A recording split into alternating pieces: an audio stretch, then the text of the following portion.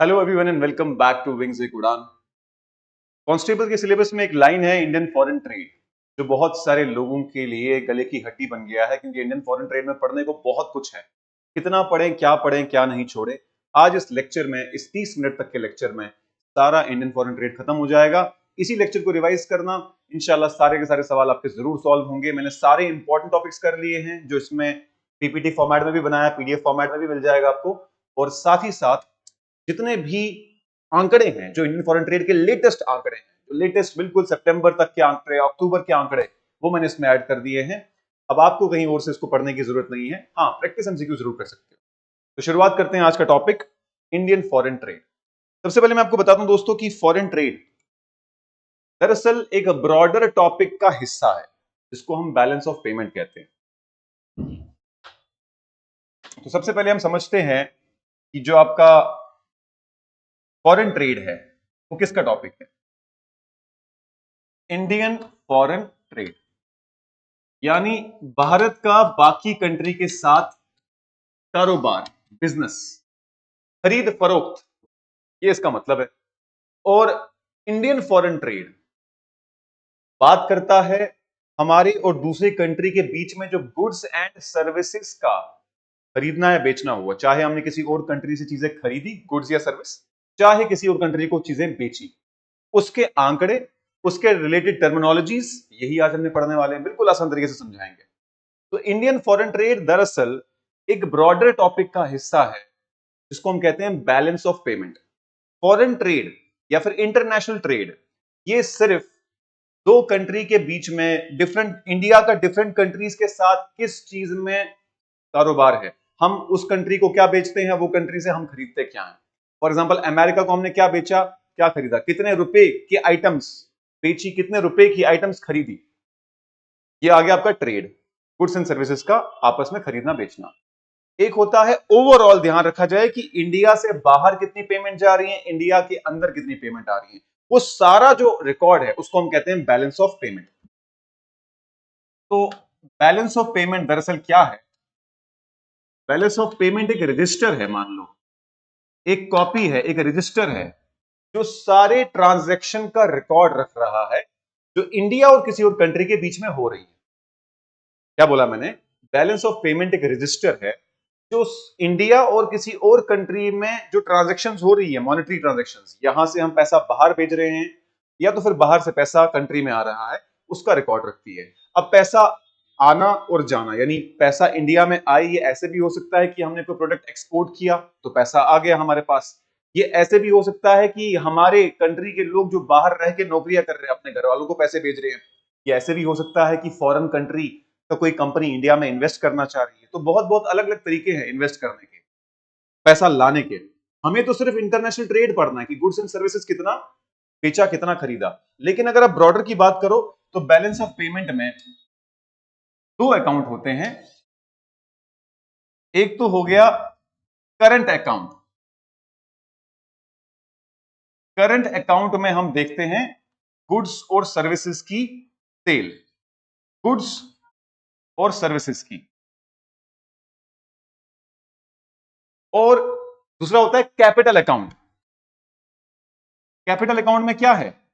Capital account में है जो हमने लोन दिए किसी और कंट्री को, या लोन लिए किसी और कंट्री या वर्ल्ड बैंक वगैरह से। दूसरी बात है इसमें इन्वेस्टमेंट, कंट्री में किस कंपनी ने कितना इन्वेस्ट किया। मिसाल के तौर पे बाहर की कंपनी कोई आई, उन्होंने बोला हमें यहां स्टील प्लांट बनाना है। कोई बाहर की कंट्री आई, उन्होंने बोला हमें मैन्युफैक्चरिंग यूनिट एस्टैब्लिश करना है। फॉर एग्जांपल एप्पल ने चेन्नई में असेंबलिंग यूनिट सेटअप किया। तो दूसरी कंट्री जब हमारी कंट्री में इन्वेस्टमेंट करने आती है, वो कैपिटल अकाउंट में पैसा आता है। तो क्या क्या आएगा इसमें? एक तो इसमें आएंगे लोन्स और इसमें आएगा इन्वेस्टमेंट्स। तो इस बैलेंस ऑफ पेमेंट जो रजिस्टर है, उसके अंदर जो गुड्स और सर्विसेज को बेचने से पैसा आ या जा रहा है, हमें सिर्फ उतना ही पढ़ना है। क्योंकि हमारे सिलेबस में बैलेंस ऑफ पेमेंट नहीं लिखा, हमारे सिलेबस में लिखा है इंडियन फॉरेन ट्रेड। तो इंडियन फॉरेन ट्रेड में हम सिर्फ trade off goods and services की बात करेंगे। वहां पर इन्वेस्टमेंट नहीं पूछा, ना ही उन्होंने पूछा लोन लेन देन क्या है। तो हमें इतना पढ़ना है। तो इसको हम कहते हैं इंटरनेशनल ट्रेड। या फिर Indian foreign trade, foreign country से किया जाने वाला ट्रेड। अब हम सबसे पहले डेफिनेशन समझते हैं ट्रेड होता क्या है। देखो दोस्तों, ट्रेड जब दो पार्टी म्यूचुअली, मतलब एक रजामंदी से एक दूसरे के साथ कुछ खरीद या फरोख्त करें, किसी को हम कोई चीज बेचें या किसी से हम चीज खरीदें, तो उसको बोलेंगे ट्रेड। अब जो ट्रेड है ये दो किस्म का होता है। एक तो होता है कंट्री के अंदर ही ट्रेड, भाई जम्मू कश्मीर से बाहर इंडिया में सेब जा रहे हैं, जम्मू कश्मीर में बाहर से सब्जियां, टमाटर, प्याज और बाकी चीजें आ रही हैं, या फिर बाहर से हम कोई कंप्यूटर्स ले रहे हैं या बाहर से कोई भी चीज इंपोर्ट कर रहे हैं, यानी किसी और स्टेट से ला रहे हैं। ये तो हो गया कंट्री के अंदर ट्रेड। और एक होता है कंट्री के बाहर ट्रेड, इंडिया में बाकी कंट्री से कोई चीज खरीद के ला रहे हैं या इंडिया से बाकी कंट्री में कोई चीज बेची जा रही है। मिसाल के तौर पे जो इंडिया में जो अल्फोंसो मैंगो है, ये बहुत यूरोप में एक्सपोर्ट होता है, बेचा जाता है। और वैसे ही बहुत सारा ऑयल, जो हमारा पेट्रोलियम है, वो हम इंपोर्ट करते हैं, क्योंकि ऑयल, हमारी जो नीड्स है ऑयल की, उसमें से सिर्फ 20% इंडिया में जनरेट होता है। 80% की नीड हम बाहर से इंपोर्ट करते हैं, सऊदी अरब से, ईरान से, रशिया से, बाकी कंट्री से खरीदते हैं ऑयल, ताकि हमारे यहाँ पर हम पेट्रोल, डीजल वगैरह उसको रिफाइन करके गाड़ियों में और बाकी पर्पज के लिए यूज कर सके। तो ट्रेड कितने किस्म का हो गया? दो किस्म का। एक तो हो गया इंटर ट्रेड, यानी कंट्री के अंदर का ट्रेड, और एक हो गया इंटरनेशनल ट्रेड। ये पीपीटी मैं आपके साथ शेयर भी कर दूंगा, आप इसको पढ़ के भी काफी रिवाइज कर सकते हैं। तो ट्रेड का मतलब क्या हुआ? Voluntary exchange of goods and services. जब हम दो कंट्री आपस में या फिर दो लोग आपस में वॉलंटरी एक्सचेंज करें, वॉलंटरी एक्सचेंज का मतलब कि अपनी रजामंदी से, फोर्सिबली नहीं, voluntary exchange of goods and services called trade. और दो लेवल्स का होता है, इंटरनेशनल लेवल यानी इंडिया के बाकी कंट्री के साथ ट्रेड, और नेशनल लेवल यानी इंडिया के अंदर एक स्टेट से दूसरे स्टेट में ट्रेड। आसान है? ठीक है जी। अब इंटरनेशनल एक्सचेंज का मतलब हो गया बाउंड्री से क्रॉस होना चाहिए, आपकी बाउंड्री के बाहर जाना चाहिए, तभी उसको बोलेंगे इंटरनेशनल ट्रेड। और कंट्रीज क्यों ट्रेड करना चाहती हैं, क्यों करना पड़ता है किसी और कंट्री से ट्रेड? क्योंकि देखो दोस्तों, हर कंट्री में अलग अलग रिसोर्सेज हैं। कोई मिनरल यहां नहीं मिल रहा तो हमें बाहर से इंपोर्ट करना पड़ेगा। कोई चीज इंडिया में ही बन रही है सिर्फ, तो यहां से एक्सपोर्ट होगा।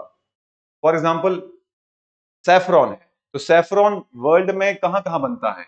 एक तो मेजॉरिटी जो है ईरान में बनता है, फिर कश्मीर में बनता है, थोड़ा बहुत यूरोप में भी बनता है। तो कश्मीर से एक्सपोर्ट किया जा सकता है सैफरन को बाकी कंट्रीज में। सिमिलरली जो सेब की टॉप क्वालिटी है वो एक्सपोर्ट किया जा सकता है। सिमिलरली इंडिया से जो बहुत सारी वेजिटेबल्स एंड फ्रूट्स को एक्सपोर्ट किया जा सकता है, जो भी चीज में हम एक्सेस हैं। सिमिलरली अगर मैं बात करूं टेक्नोलॉजी की, जो टेक्नोलॉजी हमने डेवलप नहीं की, हमें इंपोर्ट करनी पड़ेगी। मिसाल के तौर पे अगर हम बात करें स्पेस की टेक्नोलॉजी का, तो स्पेस टेक्नोलॉजी में स्पेस मेडिसिन हम फ्रांस से सीख रहे हैं, फ्रांस वाले हमें सिखा रहे हैं। हम वेपन्स जो हमारे पास नहीं है, जैसे कि सुखोई और मिग और ड्रोन्स, वो अक्सर हम इंपोर्ट करते हैं बाकी कंट्री से।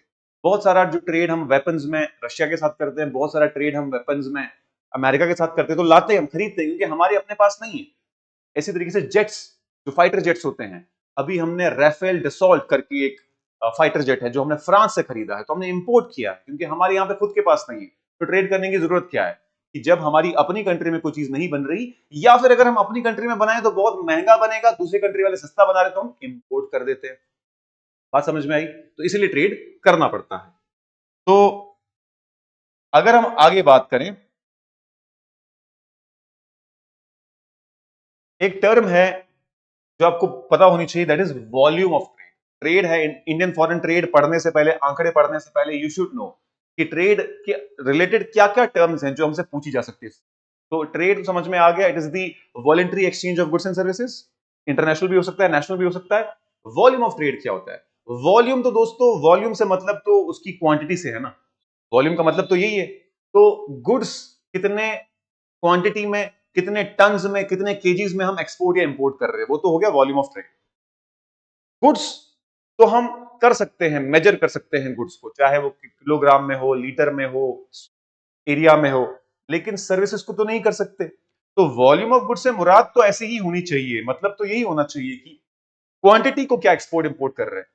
लेकिन क्योंकि सर्विसेज की क्वांटिटी हम टनेज में या फिर किलोग्राम में मेजर नहीं कर सकते, इसीलिए वॉल्यूम ऑफ ट्रेड को भी हम वैल्यू में मेजर करते हैं। तो वॉल्यूम का अगर मैं बोलूं डेफिनेशन, तो वॉल्यूम की डेफिनेशन तो यही कि the actual tonnage of goods and services traded make up the volume. लेकिन क्योंकि services can not be measured in tonnage, इसलिए हम जो भी टोटल वैल्यू कितने लाख करोड़ का गुड्स एंड सर्विसेज हमने बेचा, कितने लाख करोड़ का गुड्स एंड सर्विसेज हमने इंपोर्ट किया या खरीदा, तो हम उसमें करते हैं। तो वॉल्यूम ऑफ ट्रेड में हम आज की डेट में total value of goods and services calculate करते हैं।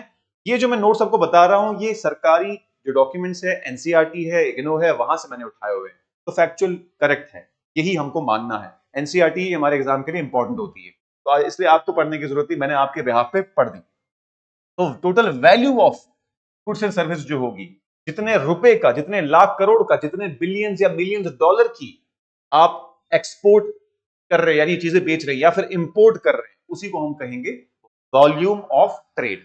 तो ये कोई टर्मिनोलॉजी है जो आप सीख सकते हैं। उसके बाद आ गया दोस्तों अगली टर्मिनोलॉजी, बैलेंस ऑफ ट्रेड। अब देखो दोस्तों, बैलेंस ऑफ ट्रेड का मतलब है कि हम एक्सपोर्ट कितना कर रहे हैं, इंपोर्ट कितना कर रहे हैं। अगर तो हम ज्यादा पैसों का एक्सपोर्ट कर रहे हैं, यानी हम ज्यादा चीजें बेच ज्यादा रहे हैं, खरीद कम रहे हैं, यानी हम बाहर की कंट्री को चीजें ज्यादा वैल्यू की बेच रहे हैं और कम वैल्यू की इंपोर्ट कर रहे हैं। मिसाल के तौर पे 100 रुपए का एक्सपोर्ट कर रहे हैं, 70 रुपए का इंपोर्ट कर रहे हैं, तो हम कहेंगे हमारा बैलेंस ऑफ ट्रेड पॉजिटिव है। क्यों? अगर आप ज्यादा खरीदोगे और बेचोगे कम, 100 रुपए का आप बेच रहे हो और 70 ही रुपए खरीद रहे हो, 30 रुपए का मुनाफा हो गया आपको, 30 रुपए आपके पास बच गए, तो उससे आपके पास पैसा बच जाता है। इसको हम फॉरेन एक्सचेंज रिजर्व भी कहते हैं, आगे पढ़ेंगे। तो बैलेंस ऑफ ट्रेड का मतलब कि आप ज्यादा एक्सपोर्ट कर रहे हैं कि ज्यादा इंपोर्ट कर रहे हैं। अगर आप ज्यादा एक्सपोर्ट कर रहे हैं, कम इंपोर्ट कर रहे हैं, तो आपका ट्रेड बैलेंस पॉजिटिव होगा। अगर आप कम खरीद रहे हैं और कम कम बेच रहे हैं और ज्यादा खरीद रहे हैं, यानी एक्सपोर्ट कम कर रहे हैं, इंपोर्ट ज्यादा कर रहे हैं, मिसाल के तौर पे 100 रुपए का आपने एक्सपोर्ट किया पर 110 का इंपोर्ट किया, तो आप नेगेटिव में चले गए, इतना आपने बेचा नहीं, उतनी चीजें खरीद ली, तो -10 में चले गए, तो ट्रेड बैलेंस नेगेटिव हो जाएगा। इसके डेफिनेशन भी मैंने लिख दी है नोट्स में, आपको मिल जाएंगे। क्या है? The if the value of imports is more than the value of countries export, अगर आपका इंपोर्ट का वैल्यू ज्यादा है, 110 रुपए इंपोर्ट था लेकिन 100 ही रुपए एक्सपोर्ट था, तो आप नेगेटिव में चले गए, आपका नेगेटिव ट्रेड बैलेंस है। सवाल आ सकता है कि which of the following cases will have a negative trade balance? जब import is greater than export, export is greater than import, import is equals to export और नन ऑफ द अबव, तो answer आएगा when import is greater than export. इसको मैं आपको लिख के भी बता देता हूं, ठीक है? देखिए, मान लीजिए इंडिया ने इंपोर्ट किया, यानी चीजें खरीद के लाई कंट्री के अंदर 110 रुपए की, और एक्सपोर्ट्स किया है 100 रुपए के, यानी 100 रुपए हमारी कमाई है और 110 रुपए खर्चा लग रहा है चीजें लाने के लिए।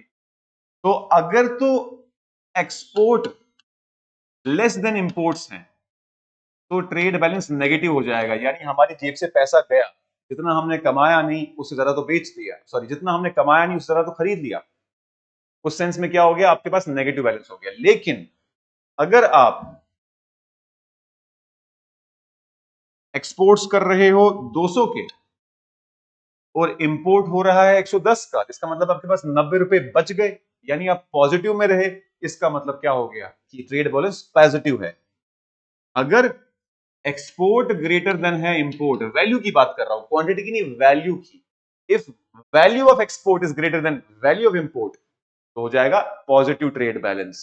If value of import is greater then value of export, तो हो जाएगा नेगेटिव ट्रेड बैलेंस। तो यहां क्या हो जाएगा, imports will be greater than export. बात समझ में आई आपको? क्लियर है? तो ये आ गया बैलेंस ऑफ ट्रेड। ठीक है जी, आगे बढ़ते हैं। अब आ गया ट्रेड टू जीडीपी रेशियो। ये भी एक टर्म है जो आपसे पूछी जा सकती है। अब आप लोगों में से जिसको जीडीपी नहीं पता, आपके सिलेबस में भी नहीं है, तो मैं आपको आसान भाषा में समझाऊं कि जीडीपी का मतलब कंट्री की इनकम, ग्रॉस डोमेस्टिक प्रोडक्ट। आपके सिलेबस में नेशनल इनकम कैलकुलेशन नहीं है, तो मैं जरा डिटेल में नहीं जाऊंगा। आपको टाइम भी कम रह गया है, महीने से भी कम रह, महीने के ऑलमोस्ट रह गया है, तो आपको सिंपल याद रखो, जीडीपी का मतलब कंट्री की इनकम। अगर कंट्री की इनकम 100 करोड़ है, तो हम देखेंगे कितने करोड़ का ट्रेड कर रहे हैं, यानी एक्सपोर्ट प्लस इंपोर्ट, ट्रेड में दोनों आएंगे, एक्सपोर्ट प्लस इंपोर्ट। तो ट्रेड टू जीडीपी रेशियो का मतलब हो गया कि एक ऐसा रेशियो जिसमें हम करेंगे कि भाई ट्रेड कितने रुपए का हो गया, import plus export divided by country की इनकम दैट इज जीडीपी। तो हम ट्रेड टू जीडीपी रेशियोज को बोलते हैं। इससे क्या पता चलता है, क्यों कैलकुलेट करना है हमको ट्रेड टू जीडीपी रेशियो? इससे हमें पता चलता है कंट्री की ओपननेस। ओपननेस का मतलब क्या हो गया कि हम बाहर की कंट्रीज के साथ कितना चीजें खरीदते और बेचते हैं। जितना ज्यादा ट्रेड टू जीडीपी रेशियो आएगा उतना ही ज्यादा हमारी इकोनॉमी ओपन है। इसका मतलब है उतने ही ज्यादा ट्रेड हम बाकी कंट्रीज के साथ कर रहे हैं, उतना ही ज्यादा इंपोर्ट और एक्सपोर्ट है, उतनी ही ज्यादा डिपेंडेंस है हमारी बातों पे। अगर ट्रेड टू जीडीपी रेशियो कम हो रहा है, इसका मतलब है कि बाकी कंट्री के साथ हमारा कम ट्रेड है, कम इंपोर्ट एक्सपोर्ट है, हम खुद में ही सारा कुछ कर रहे हैं। तो ट्रेड टू जीडीपी रेशियो आज के टाइम पे 46% के आसपास है। कहने का मतलब ये हुआ कि अगर हमारी income, national income 3.9 trillion dollar, $4 trillion के आसपास है, तो तकरीबन तकरीबन $2 ट्रिलियन के आसपास हमारा ट्रेड भी है। ये मतलब हो गया इसका, समझ गए बात को? तो कंट्री की इनकम से कम आधे के आसपास हमने ट्रेड भी किया हुआ है। तो डिग्री ऑफ ओपननेस के फायदे भी हैं, नुकसान भी हैं। ओपन का मतलब है कि आपकी कंट्री में बड़े आराम से बाकी कंट्री के लोग इन्वेस्टमेंट कर सकते हैं, बाकी कंट्री के लोग आके खरीद फरोख्त कर सकते हैं, कोई रिस्ट्रिक्शंस नहीं है, और इससे आपकी कंट्री में पैसा ज्यादा आता है। और नेगेटिव ये है कि अगर आप डिपेंडेंट हो बाकी कंट्रीज के ऊपर और अचानक कोई आपदा आ गई, कोई परेशानी आ गई, कोई कोविड जैसी सिचुएशन आ गई, तो आपका लॉस भी काफी होता है, क्योंकि अब बाकी कंट्री के साथ ट्रेड इफेक्ट पड़ जाएगा, तो आपके ट्रेड नहीं चल पाएंगे, उसकी वजह से आपका नुकसान होगा। तो ओपननेस के फायदे नुकसान दोनों हैं। तो आप ट्रेड टू जीडीपी रेशियो का मतलब क्या है, कितने का ट्रेड किया डिवाइडेड बाय कंट्री की इनकम, जिसको हम जीडीपी कहते हैं। ठीक है जी, तो ये हो गया ट्रेड टू जीडीपी रेशियो। ये भी आपको याद होना चाहिए और रट्टा मारना सीधे आपको। ज्यादा कंसेप्ट डिटेल में मत जाना इकोनॉमी में, क्योंकि टाइम लगता है समझने में और आपके पास टाइम नहीं है। फॉर्मूले जो बता रहा हूं रट लो सीधे सीधे। आगे चलते हैं।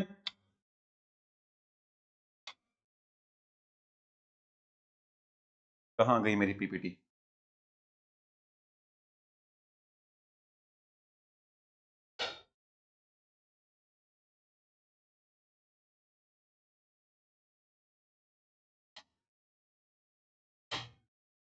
हाँ जी, आगे आगे हम अब आगे ट्रेड के आंकड़े जो आपको याद रखने हैं एज इट इज, ये लेटेस्ट आंकड़े हैं।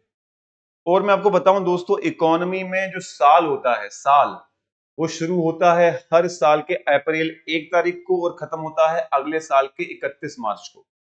जो ये आंकड़े मैं बता रहा हूं जिसमें मैंने लिखा है 2023-24, 23-24 का मतलब वो साल जो 1 अप्रैल 2023 को शुरू हुआ और 31 मार्च 2024 को खत्म हुआ, इसको कहते हैं फाइनेंशियल ईयर। तो हमारे लिए साल तो जनवरी में शुरू होता है, बट इकोनॉमिक पर्सपेक्टिव से साल शुरू होता है हर साल 1 अप्रैल में, और इसी तरीके से इकोनॉमी में साइकिल चलते हैं।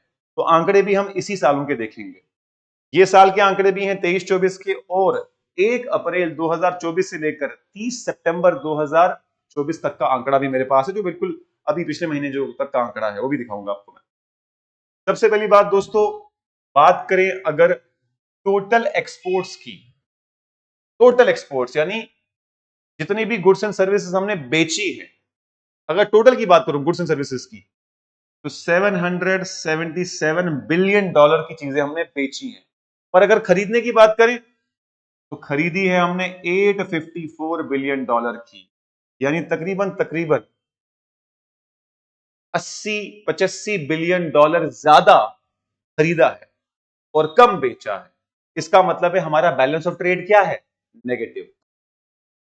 तो इंडिया एक नेट इंपोर्टिंग कंट्री है। कहने का मतलब यह हो गया कि हम इंपोर्ट ज्यादा करते हैं और एक्सपोर्ट कम करते हैं।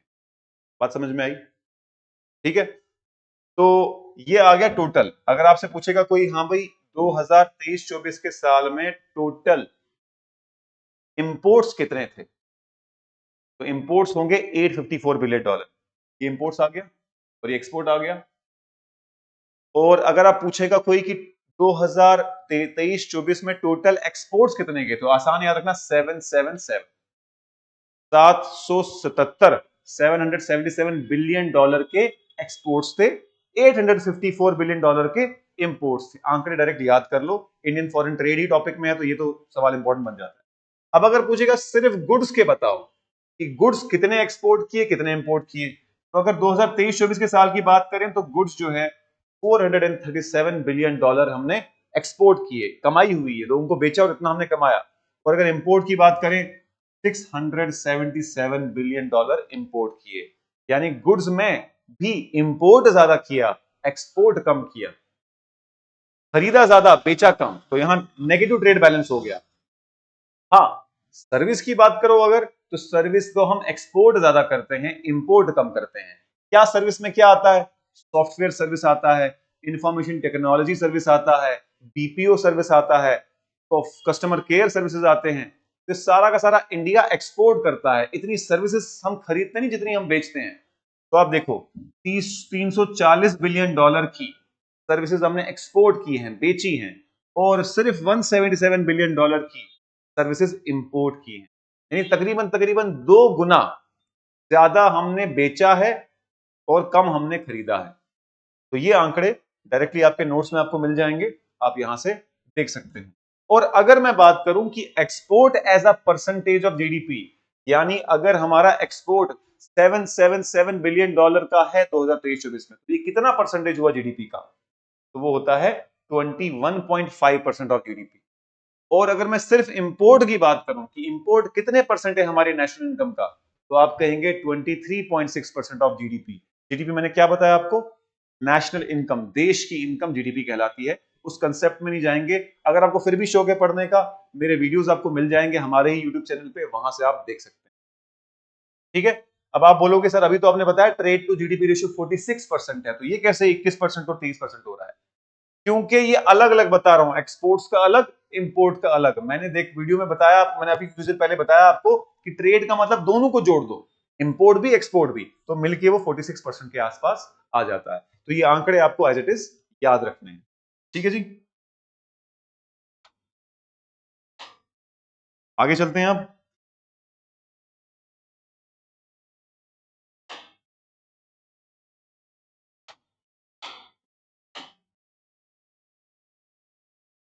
हाँ जी, अब ये तो हमने देख लिया कि कितने पैसे का हमने एक्सपोर्ट किया, कितने पैसे का हमने इंपोर्ट किया, कितने पैसे का हमने गुड्स बेचे, कितने पैसे का हमने सर्विसेज बेची।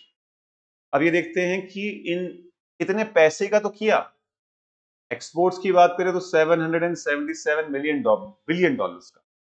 लेकिन सवाल ये पैदा होता है कि किन चीजों को सबसे ज्यादा हमने इंपोर्ट किया, किन चीजों को सबसे ज्यादा हमने एक्सपोर्ट किया, ऐसी कौन सी चीजें जिसमें वैल्यू की बात करें तो सबसे ज्यादा पैसा हम किस चीज पे खर्चते हैं? अगर एक्सपोर्ट की बात करें दोस्तों, सबसे ज्यादा चीज जो हम एक्सपोर्ट करते हैं, दूसरी कंट्रीज को बेचते हैं, वो है रिफाइंड पेट्रोलियम। अब आप बोलोगे सर पेट्रोल तो हमारे यहाँ है ही नहीं, तो रिफाइंड पेट्रोलियम हम एक्सपोर्ट कैसे करें? तो इंपोर्ट करना चाहिए। इंपोर्ट हम रिफाइंड नहीं करते, हम रॉ, जिस तरीके से फॉर्म में धरती से बाहर ऑयल आता है वैसे ही लाते हैं, कंट्री में उसको क्या करते हैं? रिफाइन करते हैं, फिर उसको बाकी कंट्री को बेचते हैं। इंपोर्ट हम रॉ करते हैं, रॉ पेट्रोलियम करते हैं। ये रिफाइंड पेट्रोलियम का मतलब है इसको आपने डीजल को अलग कर दिया, पेट्रोल को अलग कर दिया, केरोसिन को अलग कर दिया, वैसीन को अलग कर दिया। तो एक्सपोर्ट में टॉप आइटम हमारी क्या है? Refined petroleum. सेकंड नंबर पे टॉप क्या है? डायमंड सब एक्सपोर्ट करते हैं। थर्ड नंबर पे टॉप आइटम क्या है? पैकेज्ड मेडिकेमेंट्स। फोर्थ आइटम पे क्या है? ज्वेलरी। और फिफ्थ आइटम पे क्या है? राइस। राइस हमारे यहां बहुत उगती है, हम एक्सपोर्ट करते हैं। और अगर बात करें सबसे ज्यादा किस कंट्री को बेचा हमने, वो आ गया यूनाइटेड स्टेट्स। सबसे पहले यूएसए को सबसे ज्यादा हम बेचते हैं। सेकंड नंबर पे यूएई, यूनाइटेड अरब एमिरेट्स, जहां पर आपका दुबई भी है। उसके बाद आ गया नेदरलैंड्स तीसरे नंबर पे। चौथे नंबर पे आ गया चाइना, और पांचवें नंबर पे आ गया बांग्लादेश। ये टॉप 5 एक्सपोर्ट डेस्टिनेशन है।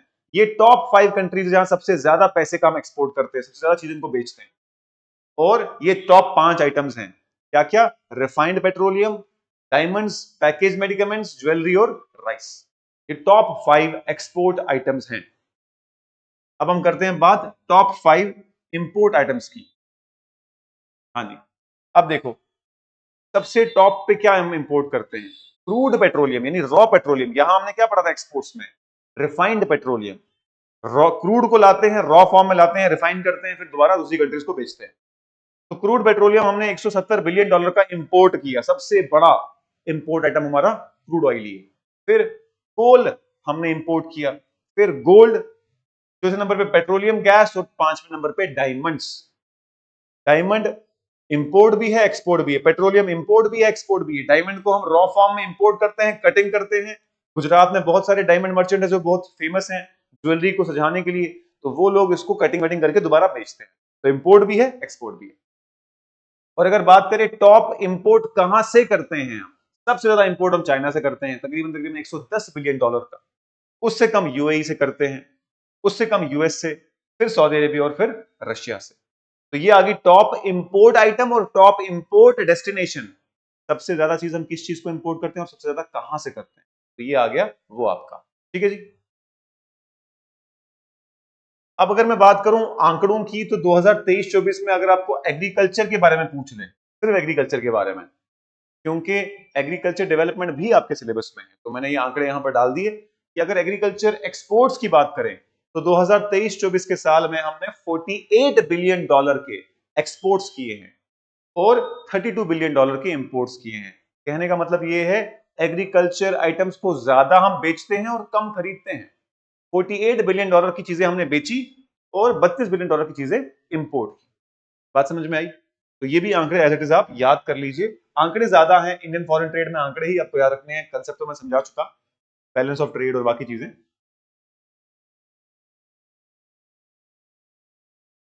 हाँ जी।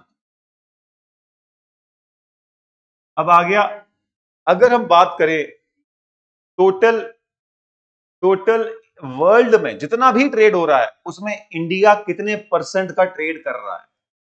अगर पूरे वर्ल्ड में $100 का ट्रेड हो रहा है तो इंडिया में कितने रुपए का ट्रेड हो रहा है, यानी इंडिया खरीद बेच कितने रुपए का रहा है। तो ये इसका टाइटल थोड़ा गलत आ गया है, इसका टाइटल है India's share in global trade.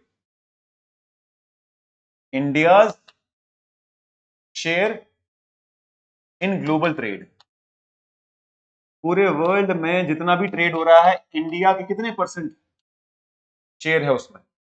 दोस्तों अगर मैं बात करूं लेटेस्ट आंकड़े की, जो कि अभी अभी जुलाई में रिलीज हुआ था इकोनॉमिक सर्वे में, उनने बोला है कि भाई इंडिया का जो पूरे वर्ल्ड में अगर $100 का ट्रेड हो रहा है खरीद फरोख्त, तो 1.8% इंडिया से और इंडिया में हो रहा है। पूरे वर्ल्ड में अगर $100 की चीजें खरीदी बेची जा रही हैं तो इंडिया उसमें $1.8 का शेयर होल्डर है, यानी 1.8% वर्ल्ड ट्रेड में शेयर इंडिया का। अगर आपसे पूछे how much share does India have in the world trade, तो आप बोलोगे 1.8%।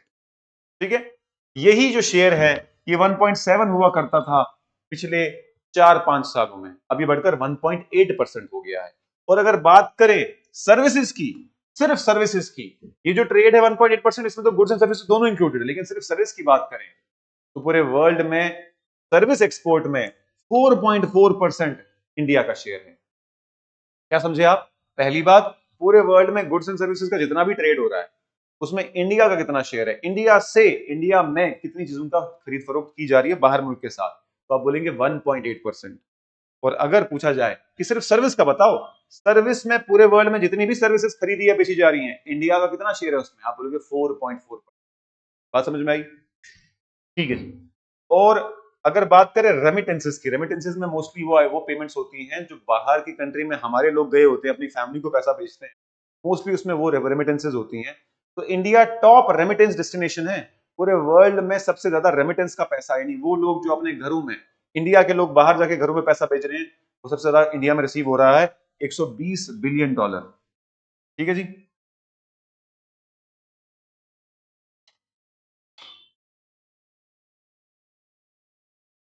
अब आ गया, अभी तक को तो मैंने आंकड़े बताया आपको 2023-24 के। अब 2024 अप्रैल से लेकर 2024 सितंबर तक के आंकड़े भी देख लो।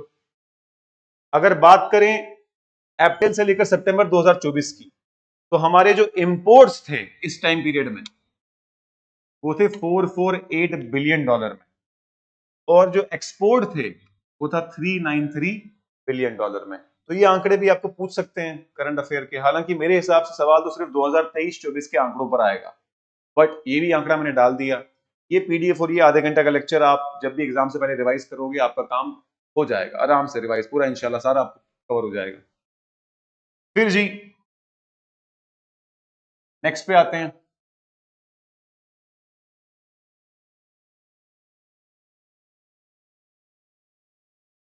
हाँ जी, ये आ गया आपका आखिरी स्लाइड। अब देखो दोस्तों, अगर किसी और कंट्री से कोई चीज खरीदनी है, मान लो अमेरिका से खरीदनी है, तो उसको तो आप रुपए में पे कर नहीं पाओगे, किसमें पे करोगे? डॉलर में। तो चीजें खरीदने के लिए डॉलर चाहिए।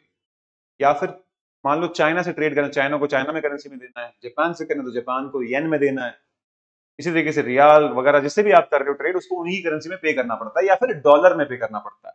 क्योंकि अमेरिकन डॉलर सबसे स्ट्रॉन्ग करेंसी है पूरे वर्ल्ड में, हर इंसान अमेरिका से ट्रेड कर ही रहा है, तो डॉलर में एक्सेप्ट करेगा या फिर उसकी अपनी कंट्री के करेंसी में एक्सेप्ट करेगा।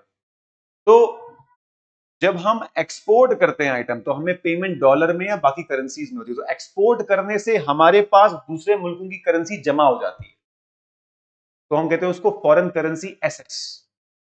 और अगर फॉरेन करेंसी दूसरे लोग दूसरी कंट्री की करेंसी हमारे पे जमा हो रही है, तो उसके साथ गोल्ड और बाकी चीजों को मिला के कहते हैं फॉरेक्स रिजर्व्स, यानी फॉरेन एक्सचेंज रिजर्व्स। तो एक्सपोर्ट करने से या हमारी कंट्री में टूरिज्म बढ़ने से या हमारी कंट्री में इन्वेस्टमेंट ज्यादा आने से हमारे पास दूसरे कंट्री की करेंसी ज्यादा जमा होती है। और जब दूसरी कंट्री की करेंसी हमारे पास ज्यादा होती है, तो हम आराम से बाकी कंट्री से चीजें खरीद भी सकते हैं। चाहे हमें ऑयल खरीदना हो, चाहे हमें एग्रीकल्चर प्रोडक्ट्स खरीदने हो, चाहे हमें केमिकल खरीदने हो, इलेक्ट्रिकल इक्विपमेंट खरीदना हो।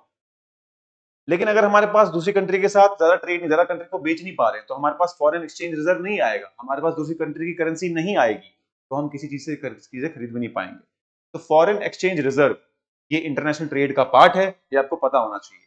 तो जब जब भी हमारी कंट्री एक्सपोर्ट आइटम ज्यादा करती है, उसको पेमेंट करेंसी जो है डॉलर में होती है, यूरो में होती है, पाउंड में होती है, तो हमारे पास दूसरे कंट्री की करेंसी जमा हो जाती है। उसको कहते हैं फॉरेन करेंसी एसेट और फॉरेन एक्सचेंज रिजर्व्स। तो ये आपको पता होना चाहिए फॉरेन एक्सचेंज रिजर्व क्या है। तो फॉरेन एक्सचेंज रिजर्व में सबसे पहली बात तो क्या क्या आता है? नंबर एक आता है फॉरेन करेंसी एसेट्स, यानी दूसरी कंट्री की करेंसी। दूसरा आता है गोल्ड। क्यों? क्योंकि गोल्ड तो यूनिवर्सल, किसी को भी आप पेमेंट गोल्ड में करोगे एक्सेप्ट कर लेगा। उसके बाद एसडीआर। एसडीआर का मतलब होता है स्पेशल ड्रॉइंग राइट्स। तो ये भी थोड़ा बहुत डीप वाला कंसेप्ट है। इसका मतलब होता है क्लेम ऑन करेंसी। जो आईएमएफ इंटरनेशनल मॉनेटरी फंड के मेंबर्स होते हैं, उनको एक परमिशन होती है, क्लेम ऑन करेंसी होती है। इसको भी फॉरेन करेंसी एसेट माना जाता है। ये क्या है, इस पे सवाल तो नहीं आएगा आपके एग्जाम में, बस याद रख लो SDR, special drawing rights. SDR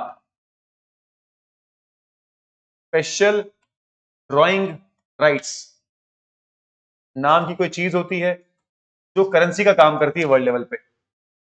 आपके पास पैसा नहीं है तो आप एसडीआर दे दो, उसके बदले में भी आप चीज खरीद फरोख्त कर सकते हो। और आखिरी आ गया रिजर्व पोजीशन इन आईएमएफ, यानी आईएमएफ के अंदर आपकी एक रिजर्व पोजीशन होती है। ये भी आप मान लो कि आईएमएफ के मेंबर आपस में ट्रेड आसान बनाने के लिए, अगर उनके पास पैसा नहीं है, गोल्ड नहीं है, एसडीआर नहीं है, तो आपस में वो ट्रेड कर लेते हैं। उसको कहते हैं रिजर्व पोजीशन इन आईएमएफ। आपके एग्जाम पॉइंट ऑफ से आपको पता होना चाहिए कि foreign currency, foreign exchange reserve में क्या क्या आता है। तो आप बोलोगे सर एक तो आता है फॉरेन करेंसी एसेट्स, यानी दूसरी कंट्री की करेंसी। नंबर दो आता है गोल्ड। नंबर तीन आता है एसडीआर, जिसको कहते हैं स्पेशल ड्रॉइंग राइट। और नंबर चार आता है रिजर्व पोजीशन विद आईएमएफ। इतना भी याद रख लोगे आपका काम हो जाएगा। तो ये जो डेटा है, ये मैंने आरबीआई की वेबसाइट से उठाया है। लेटेस्ट डेटा है, 18 अक्टूबर तक का अपडेटेड डेटा है। इसके तहत आज की डेट में हमारे जो फॉरेन करेंसी एसेट्स हैं वो हैं 688 बिलियन डॉलर। कितना? 688 बिलियन डॉलर। और अभी अभी जो सितंबर के महीने में ऐसा पहली बार हुआ कि इंडिया के foreign exchange reserves 700 billion dollar से क्रॉस हुए, पहली बार जब से आजादी मिली है।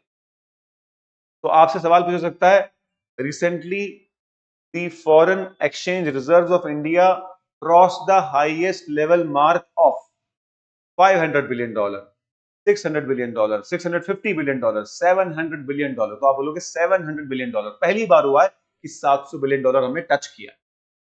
तो ये सितंबर में हुआ, उसके बाद फिर से कम हो गया। आज की डेट में देखो ना, 688 बिलियन डॉलर, यानी 12 बिलियन डॉलर कम हुए हैं, लेकिन क्रॉस किया था। अब कम कैसे होते हैं? जब हम ट्रेड करते हैं, चीज खरीदनी है तो डॉलर में पे करना पड़ेगा, तो वो कम हो जाएगा। अगर बेचनी है डॉलर मिलेंगे। समझ में आ गई बात?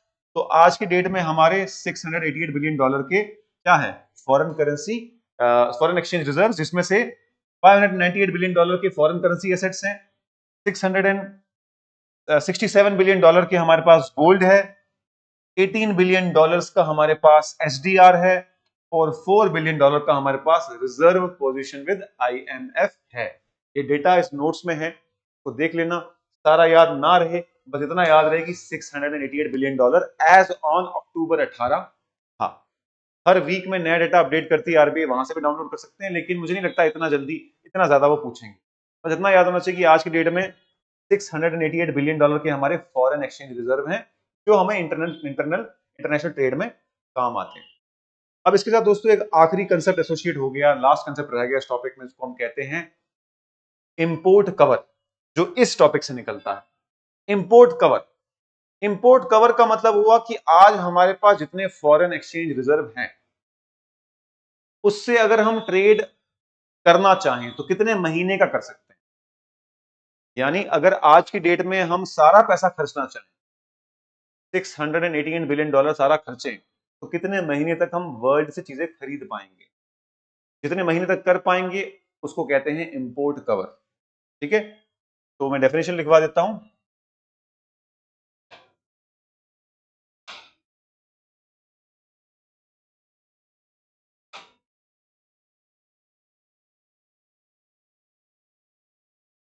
इंपोर्ट कवर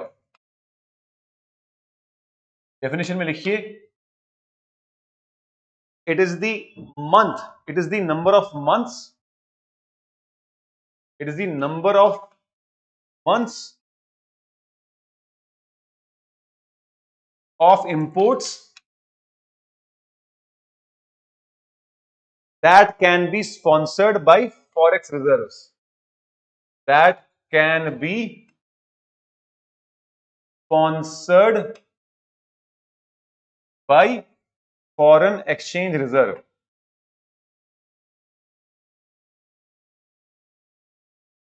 मान लो फॉरेन एक्सचेंज रिजर्व आपके पास पैसा है, आपके पास लेट्स से 15 लाख रुपए है, तो आपको मैं बोलता हूं 15 लाख में तो कितने महीने जी लेगा, तो आप कैलकुलेशन लगाओगे हर महीने मेरे इतने खर्चे, उस हिसाब से मैं 2 साल जी लूंगा। 2 साल मतलब 24 महीने, तो इसका मतलब है इंपोर्ट कवर हो गया 24 महीने। तो उसी तरीके से कितने मंथ्स तक हम सरवाइव कर जाएंगे इस फॉरेक्स रिजर्व में, उसको कहते हैं इंपोर्ट कवर। और आज की डेट में $688 बिलियन जो मैंने आपको बताया, जितना हमारे पास पैसा आज है फॉरेन एक्सचेंज रिजर्व में, उसके हिसाब से हम 11 महीने तक का ट्रेड कर सकते हैं। तो आज की डेट में जितना हमारा फॉरेन एक्सचेंज रिजर्व है, दैट इज $688 बिलियन, उतने पैसे में हम 11 महीने का इंपोर्ट कर सकते हैं। इसका मतलब आज की डेट में इंपोर्ट कवर क्या है, 11 महीने। ठीक है ना, तो this was all about Indian foreign trade. मुझे उम्मीद है इसके बियॉन्ड तो कुछ नहीं पूछ सकते वो, बाकी एमसीक्यू करते रहिए अब हर टॉपिक पे जितने ज्यादा हो सके। All the best everyone and best of luck. बाकी जो लोग भी चैनल पे नए हैं, डोंट फॉरगेट टू सब्सक्राइब। साथ ही साथ डिस्क्रिप्शन बॉक्स में हमारे कांस्टेबल टेस्ट सीरीज का लिंक है, वो आप देख सकते हैं। काफी कॉम्प्रिहेंसिव टेस्ट सीरीज है और उससे आपको काफी फायदा होगा। उसी के साथ साथ हमारी डेली यूट्यूब पे सीरीज भी चल रही है, यशोधरा मैम की और साथ में सृष्टि मैम की, और जिसमें वो डेली एमसीक्यू करवा रहे हैं डिफरेंट एग्जाम्स के लिए, उससे भी आप फायदा उठा सकते हैं। तो don't forget to like, subscribe and comment. Thank you so much.